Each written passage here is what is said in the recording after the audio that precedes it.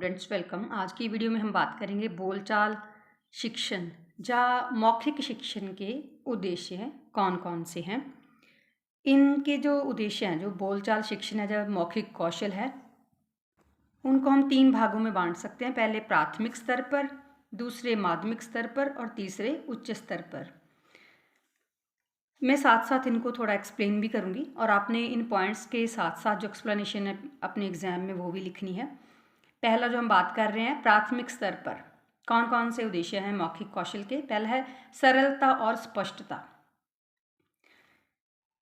हम बच्चों को जो मौखिक कौशल है इसलिए उनमें डेवलप करना चाहते हैं, इसलिए उनको सिखाना चाहते हैं बातचीत करना, बोलचाल उनमें, ताजो उनकी बातों में, उनके विचारों में सरलता और जो स्पष्टता वो आ सके, ताजो वो अपने विचारों को अच्छे से दूसरों के सामने प्रकट कर सके। दूसरा है प्रश्नों का ठीक तथा शुद्ध उत्तर दे सके। जब कोई भी दो व्यक्ति आपस में बात करते हैं तो किसी का कोई प्रश्न हो सकता है, तो सामने वाला उस प्रश्न का आज ठीक तथा शुद्ध उत्तर देने के योग्य हो जाए, ये भी मौखिक कौशल का एक उद्देश्य है। तीसरा है पूर्ण वाक्य बोले में सक्षम हो। अब हम कई बार बात करते हैं, सिर्फ हम क्या करते हैं, पूर्ण वाक्य बोलते हैं ताकि आगे वाले को जो बात है वो अच्छे से समझ आए। ये हम मौखिक कौशल में निपुण है इसलिए करते हैं, इसलिए पूरी जो बात है, पूरा जो वाक्य है वो दूसरों के सामने बोलते हैं। अगर हम आधा अधूरा वाक्य बोलेंगे तो दूसरे को सही ढंग से समझ नहीं आएगा। इसलिए मौखिक कौशल का अगला उद्देश्य क्या है कि जो पूर्ण वाक्य बोलने में उनको सक्षम बनाना। अगला है अपने अनुभवों को सुनाने इत्यादि की योग्यता पैदा करना। हर व्यक्ति के पास अपने अपने अनुभव होते हैं जो अपनी ज़िंदगी से वो लेता आया है, तो अगर उसने अपना अनुभव दूसरों के साथ शेयर करना है, दूसरों को सुनाना है, तो वो तभी सुना पाएगा जब उनका मौखिक कौशल अच्छे से डेवलप हुआ होगा, मौखिक कौशल की उसमें योग्यता होगी।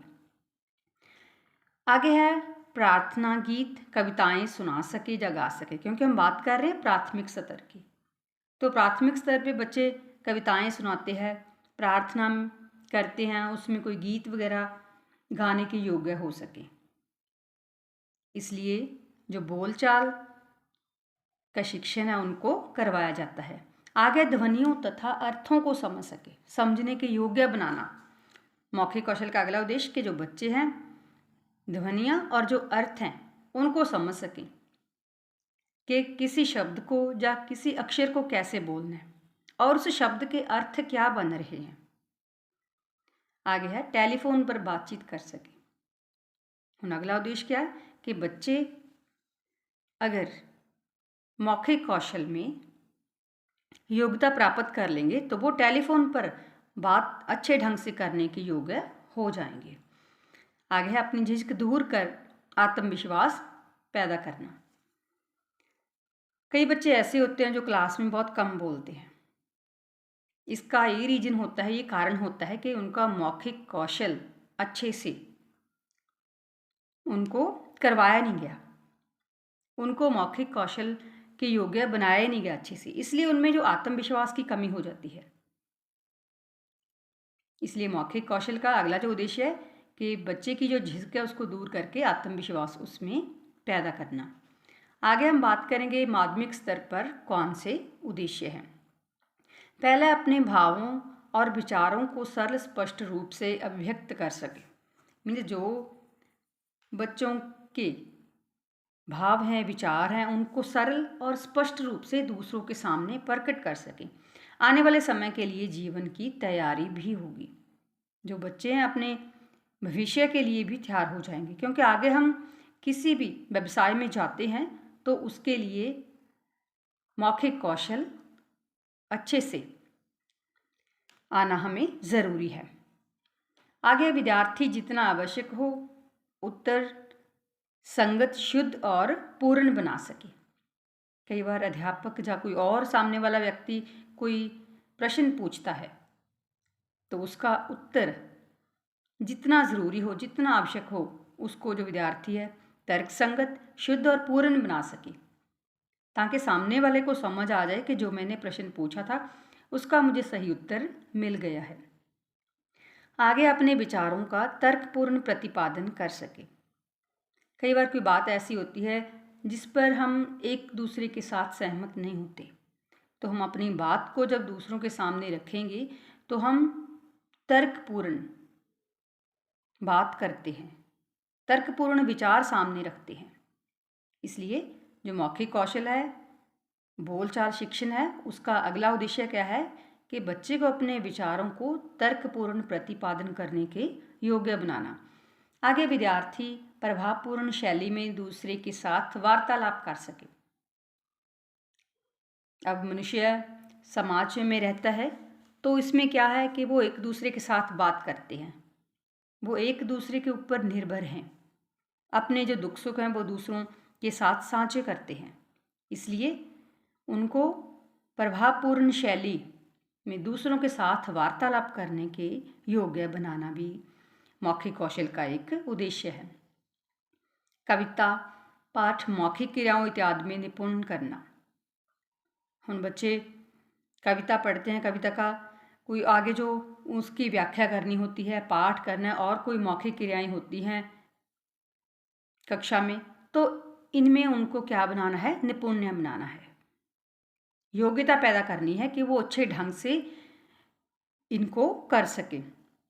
कैसे करना? उचित गति उनमें आनी चाहिए पढ़ने की, अपने हाव भाव को एक्सप्रेस कर सकें, प्रकट कर सकें, इसलिए वो अपने आप को प्रभावशाली बना सकेंगे। कक्षा में प्रश्नोत्तर, भाषण, वाद विवाद इत्यादि साहित्यिक गतिविधियों में भाग लें, क्योंकि अब ये माध्यमिक स्तर पर बच्चे बड़े हो जाते हैं, इनको पता चल जाता है कि जो साहित्यिक गतिविधियाँ हो रही हैं उनमें भी हमने भाग लेना है। तो वो अच्छे से भाग गया, जैसे कि प्रश्नोत्तर हो रहा है, भाषण, वाद विवाद में भाग कैसे लेंगे? अगर उनका मौखिक कौशल की जो योग्यता है उनमें ज़्यादा होगी। छात्रों के साहित्य में अभिरुचि विकसित करना। जो बच्चे हैं उनको साहित्य पढ़ने के लिए अलग अलग जो और किताबें होती हैं, पुस्तकें होती हैं, उनको पढ़ने के योग्य बनाना, उनकी उनमें रुचि पैदा करना। जैसे कि कविताएं होती हैं किसी पुस्तक में, कहानियाँ होती हैं, कोई नावल होते हैं, तो इनको रुचि पैदा करनी है बच्चे की। आगे है उच्च स्तर पर विचारों को प्रस्तुत करते हुए भाषा पर एवं सफल वक्ता बन सके, भविष्य उज्जवल बना सके। पहला क्या कि बच्चा जो अच्छा वक्ता बन सके, अच्छा बुलारा बन सके, अपने विचारों को दूसरों के सामने अच्छे ढंग से रखने के योग्य बन सके। विद्यार्थी प्रभावपूर्ण शैली में दूसरों के साथ वार्तालाप कर सके। जो विद्यार्थी पढ़ लिख जाते हैं परंतु समाज सभा में हम उम्र वर्ग में प्रभावशाली नहीं बना पाते, कई बार वे अयोग्य समझे जाते हैं।